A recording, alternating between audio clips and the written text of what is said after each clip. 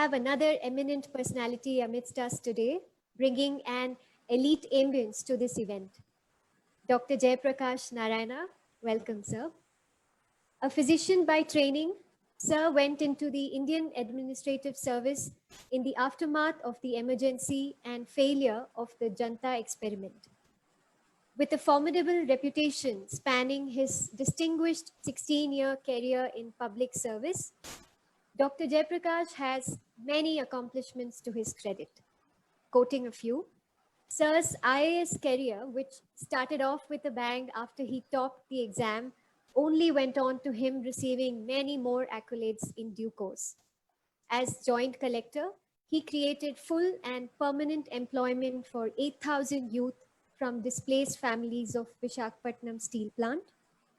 As Collector of Prakasham District, he was instrumental in creating the record of 2 lakh acres of irrigation, largest such program with direct participation of people. He was a driving force in contributing towards major policy initiatives and empowerment of local governments and stakeholders. Sir has also served as Secretary to both Governor and Chief Minister of Andhra Pradesh. I already feel so empowered in knowing that a person of such caliber is amidst us today. Most hearty to have you here, sir. Welcome. You may now proceed with the keynote address. The screen is all yours.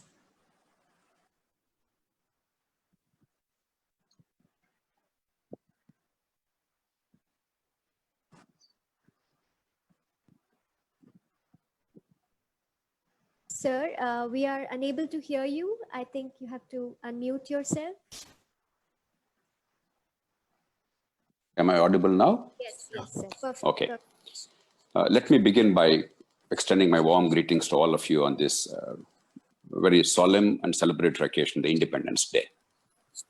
And I'm particularly delighted that I could join all of you and Justice Santosh Hegde and Swami Trilakyananji and other esteemed guests and the very bright young participants in this who are the future of this country. In many ways, we have done well in the past 73 years. That a country as diverse as India, as multilingual as India, as complex as India, could preserve its unity while respecting its diversity is a remarkable accomplishment. Not many in the world have given that a chance. It was believed to be an impossible thing, a miracle. We continue to maintain that miracle. That we could actually expand on our freedoms, however imperfect they are, the constitutional freedoms, in a young democracy, despite our long and very rich civilization, we didn't really have democratic experience as a nation. That we could expand on these freedoms on the whole is again a remarkable tribute, that there are periodic elections, regular peaceful change of governments, and freedom of speech and all of the attendant freedoms available to the people. That we could build a robust federal polity. We did not start off with a robust federal polity, but we could build a robust federal polity on the whole, and we're improving upon that every day, is again a source of great hope. That we could also accomplish some modest economic progress. We could have done a lot more, but at least there was some modest economic progress. We cannot claim that we regressed. These are sources of joy. But the reason why we are contemplating, the reason why all of you are coming together on this auspicious day to look at governance of India and to look at better governance is because we are discontented, quite rightly. Not merely the natural discontent of a human being striving for perfection, but because we could see that in many areas we have underperformed. The freedoms that we guaranteed ourselves under the Constitution are not real for all. They're only titular. They're on paper for most of the people. Even today, unfulfilled potential is plaguing the lives of millions of our people. The gene pool is wasted because the circumstances at birth are determining the future of a child. Because even the basic education, the fundamental tool in a modern society to allow an individual to fulfill her potential, even that basic education is denied to the bulk of our children, notwithstanding our pretensions of right to education and our vast expenditure on school education. In reality, our education is in shambles for most of the kids. And that is a source of deep disquiet and shame to all of us. The COVID crisis has exposed what is already known to many, many people, the healthcare inadequacy in our country, the avoidable suffering that plagues millions of people is leading to impoverishment of more than 50 million people every year, only on account of poor healthcare, either ill health or healthcare costs. There's so much more we need to do to genuinely give health to our people at a moderate cost in contemporary world. And rule of law and freedoms are not real for the bulk of the people. The rights of only a few are protected and preserved, but the rights of the majority are simply thrown by the wayside. And what Justice Santosh Hegde is talking about, the instances of corruption that we all see and know ubiquitously in this country, everybody has tales of this corruption and woes. We all have experience. It is but one manifestation of the failure of rule of law. And that's the context in which we are looking at governance. I must congratulate all of you, Saurav, Vinay, Basant, Pradeep, Pradyot, Sharanya, and all the team for this initiative, thoughtful initiative on this solemn occasion. You're already inspired young people. You don't require to be told about citizenship or the country or its future, only because you're committed, you're concerned, you're thoughtful. You have decided that you will play a role instead of merely talking about it or thinking about it. You'll actually act. And that's a wonderful beginning. And you have also understood the link between the citizens' own personal dreams and the societal good, that these two are inseparably linked. That is the great message of Swami Vivekananda ji. Vivekananda did not put God on a pedestal and said, you go and worship. He said, if the fellow human beings are starving and suffering, you are talking of God is meaningless. He had the audacity, the courage to reinvent God, to redefine spiritualism. And that's the reason why he's such an icon for all of us. That's the reason why he's one of the great founders of modern nationalism in our country. To me, it's all about a simple thing. No matter how successful you are as an individual, how wealthy you are, how powerful you are, the mosquito that bites the neighborhood urchin will also enter your home. It will bite you and transmit either a malarial parasite or a dengue virus. The mosquito will not say, you are a judge, you are a civil servant, you are a wealthy entrepreneur, you are a doctor, you are a powerful politician, or something else. Mosquito treats everybody as equal because mosquitoes are truly socialist. If we want to protect our own families and our own health, we need to control the mosquito, and that is the concern for society. Governance and society are not really some grand spiritual thing. They are simple, practical, common sense. Because if we do not take care of the collective, the individual cannot flourish beyond a point. Our freedoms, our dreams, our goals are indelibly, inextricably linked with the goals of the collective. And you are very smart people. You realize that. I have immense faith in the young people of this country today. You have a combination of intellect and ability. You have integrity, and you have passion. And people like you are channelizing these wonderful qualities in a direction to actually achieve tangible results for the larger good. Now, there are three ways of citizens engaging themselves. The first is eternal vigilance. Even in a well-functioning society, well-governed society, even when you don't have to have a title, Youth for Better Governance, implying that there is bad governance today, even if the governance on the whole is good, like in Scandinavia or elsewhere, eternal vigilance is required. Citizens must be engaged in order to ensure continuity of good governance and freedoms to be protected. But that is obvious. That is everybody's concern everywhere in the world. But we have a special problem. We have terrible delivery. And therefore, many civil society organizations are actively engaged in improving the delivery and doing whatever they can to help people. This is a normal helpfulness, a humanism that Justice Hegde talked about. We all want to help each other. But even that is not sufficient. We require to go beyond that. Unless we build institutional capability to deliver on a mass scale, make our government work for us the way it's intended to work, and that means fundamental change, understanding where we have gone wrong and how to set things right, understanding the best practices and examples, and institutionalizing them for mass replication. Only then can we actually claim that we have good governance. So let's not commit the mistake of believing that a few good deeds, necessary they are, there's no question about it, but a few good deeds constitute good governance. They do not. If all human beings are moral, if all of us really do what religion and spiritualism of all faiths throughout history has taught us, we don't require a government. We don't require the word governance. We don't require law courts. We don't require policemen. We don't require rules. We require all these because, well, the bulk of the people are fundamentally decent and good and honorable most of the time. There's always aberration in human behavior. And unless good behavior is consistently protected and nurtured and promoted and rewarded, and bad behavior is consistently checked and punished and penalized, you cannot sustain society at an even keel. And that's what governance is about. Morality is absolutely necessary, but Indian society has a great store of morality.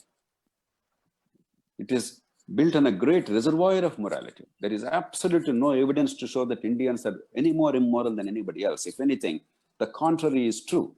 If most people in India are behaving extremely decently most of the time, it's not because of our laws or courts or policemen.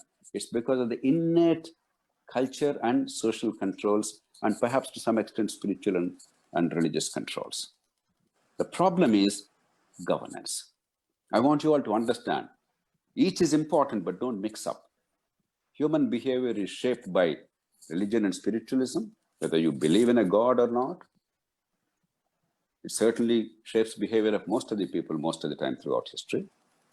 Society and societal norms, from the family to the larger society, and the state and the instruments of rule of law. It is the third one that is fundamentally deficient in our society. The other ones, we have to continuously work on them. It's a permanent effort. But that's not where we Indians are especially deficient. If that is true, India would be a lawless, utterly violent, impossible society to live in. That's not true. Despite all the poverty, despite all the misgovernance and corruption, India is a relatively peaceful, relatively harmonious society. No thanks to our governments, our politics, our courts. I want us to understand that clearly. Our failure is fundamentally one of governance.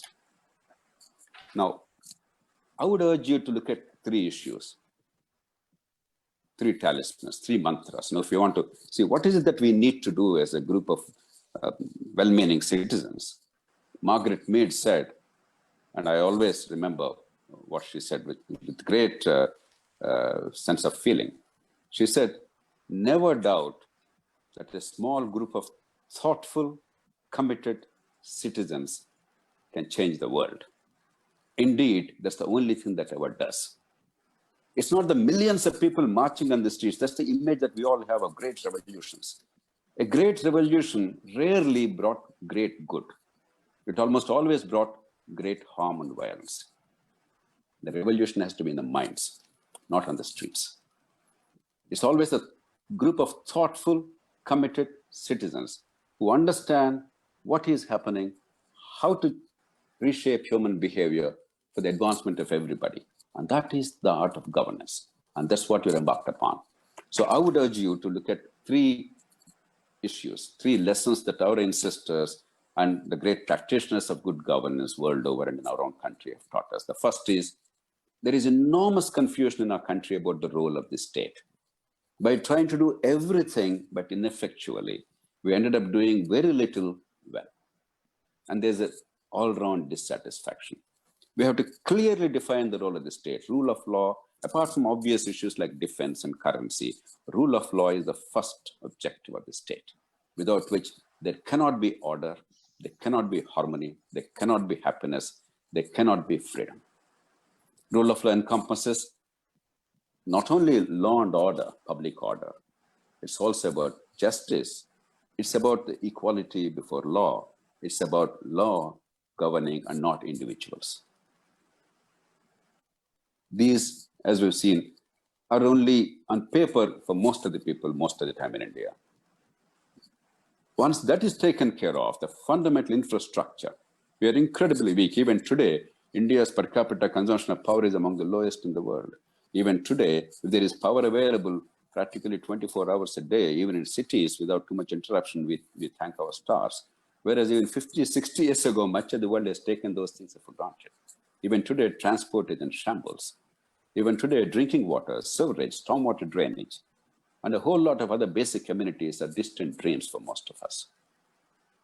88% of the people in cities, million plus cities in India, 88% of the people do not have household sewerage connection, let alone villages.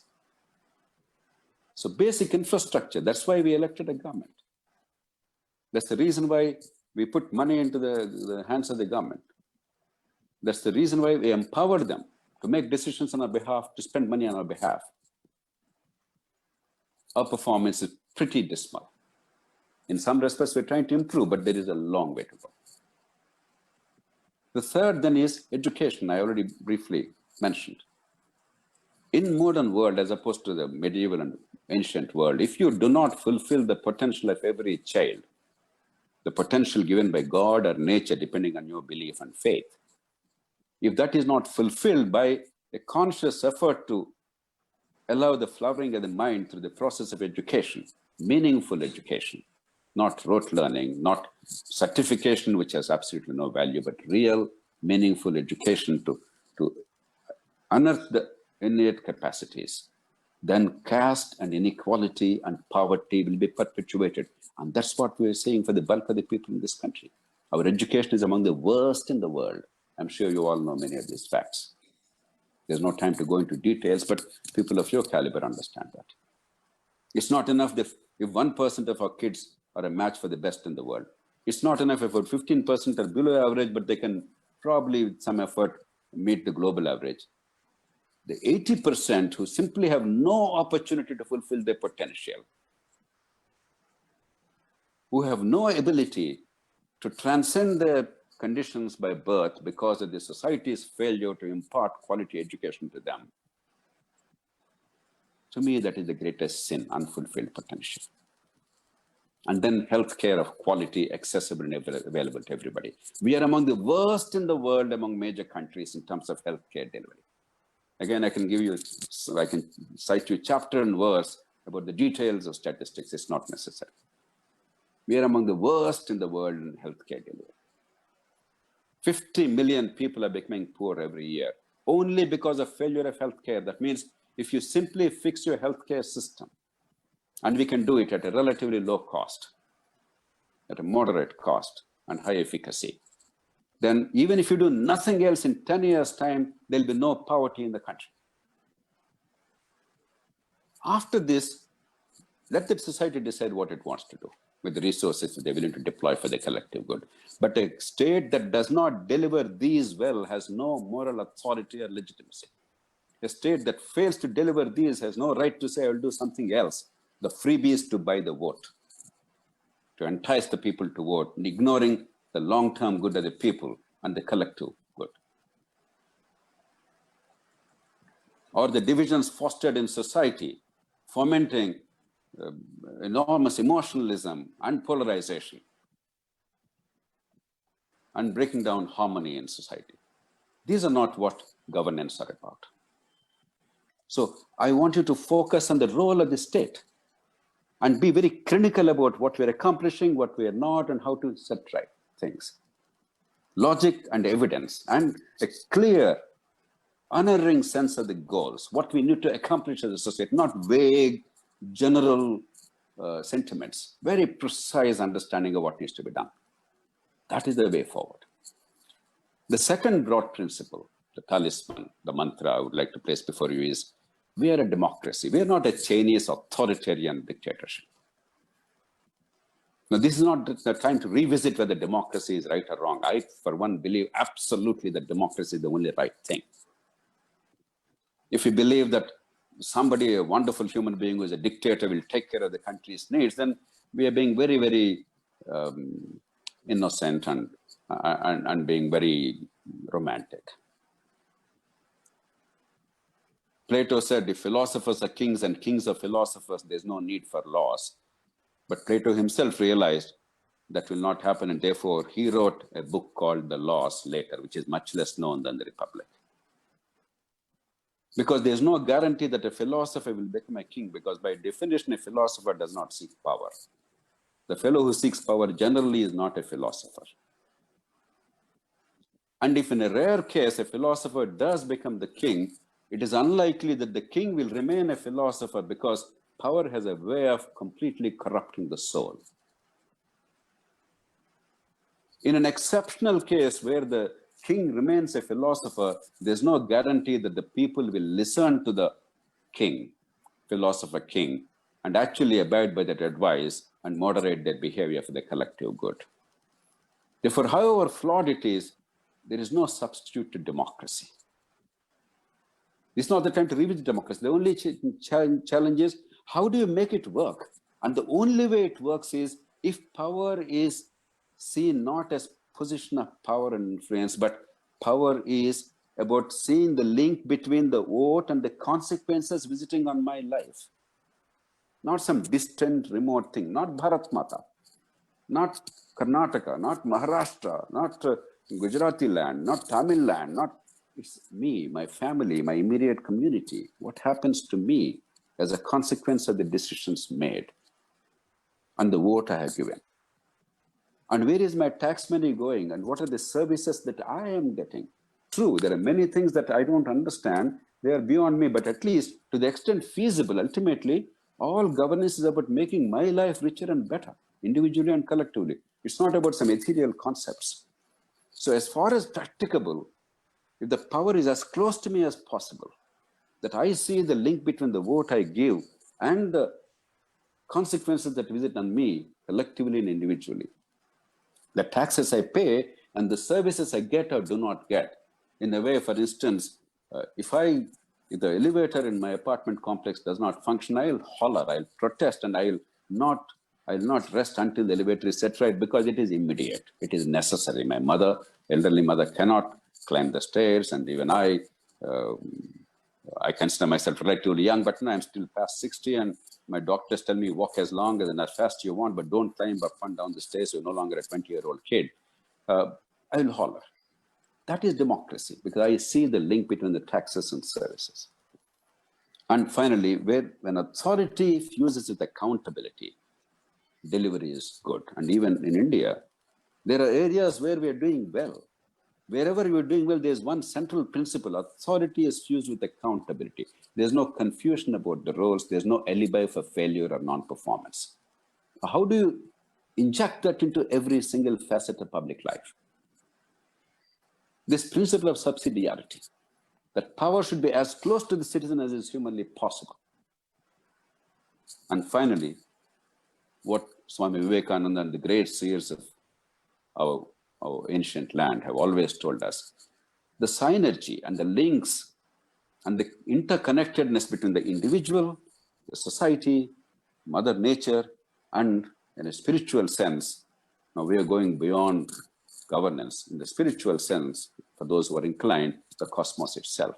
But at least the first three, the individual, the society, and nature, harmony among all these. If these three central principles of role of state, how to build the principle of subsidiarity in the governance instruments to make our democracy work efficiently and to preserve freedom, and how do you bring this synergy and this harmony between the individual, the society, and nature, then I think the chances of our doing right are much greater. The chances of our going wrong are much fewer. I'm sure we have the ability.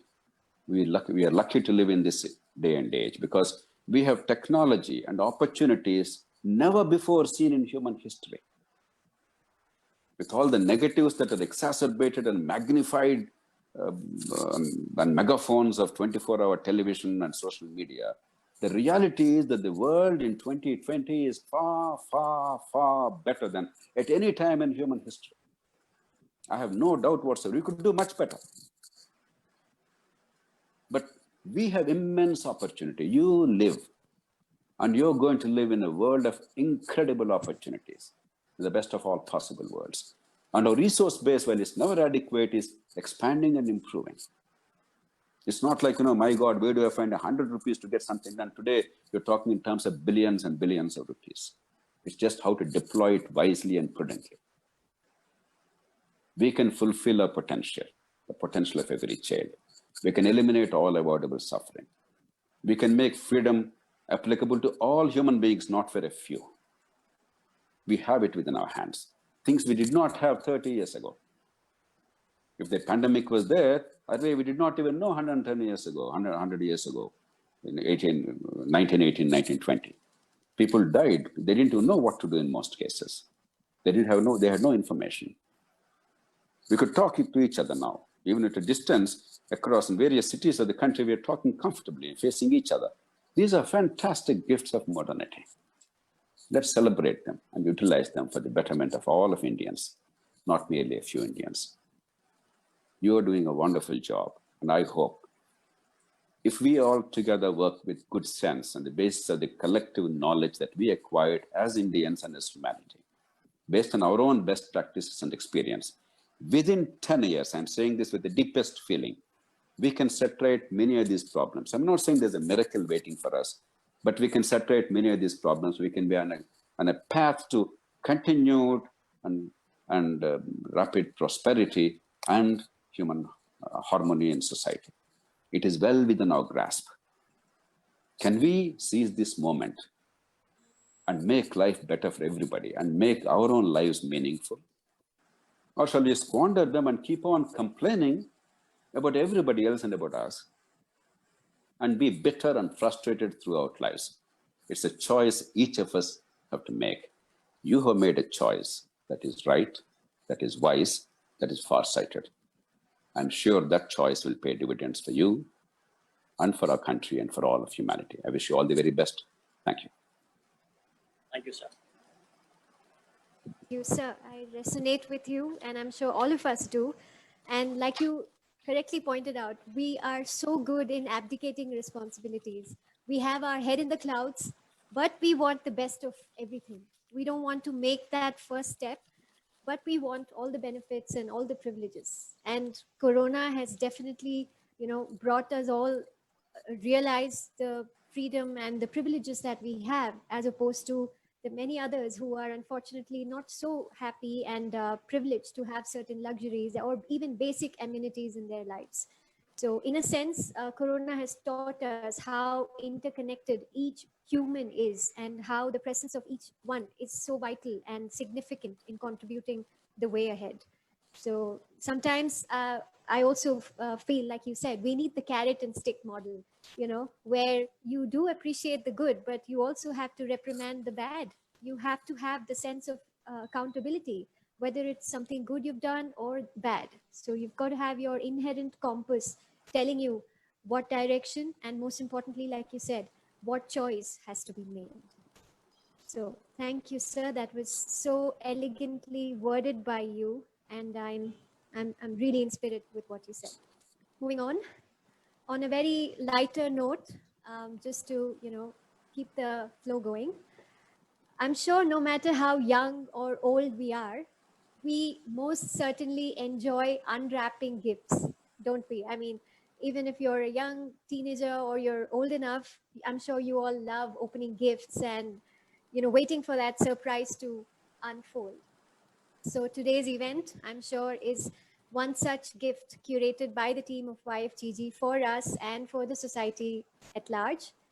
So let's now all come together in celebrating the virtual inauguration of YFGG. I request the team to kindly raise the digital curtain and mark the official unveil of Youth for Good Governance. Audience, you can show your participation by using emoticons or claps, or you may turn on your video and show us for real, if you may. comfortable doing that. Yes, I do see some chats. The moment is here. We'll give a minute for this to take it all in. If you could all unmute yourself and clap, I would really appreciate that. And if you cannot, no problem. You can use the emoji. Thank you. Thank you. Thank you for being so sportive. Yes, let's take it all in. We have our guiding philosophy by Swami Vivekananda to show us our direction. 11:25 it is, 15th August 2020. Wife Gigi is now official. Yes, we do have some chats. Arise, awake, and stop not till the goal is reached. Definitely, most certainly. We will strive our best to keep this going and never lose track of our guiding morals. Thank you. Hearty congratulations to the entire team of YFGG, and all of us are there with you as always to have our support and any contribution in any capacity as we can. Thank you. Thank you, For Sharanyan. your... Thank you so much. Thank you all. Thank you. It's been a great inauguration thus far. Yes, Vinay. Yes. And we shall hope for continued greatness in the session. So this brings us to the close of session 1, but closer to session 2. Yeah. So we invite now Mr. Pradeep Sawalkar, one of the co-founders of YFGG, to propose the vote of thanks for the first session.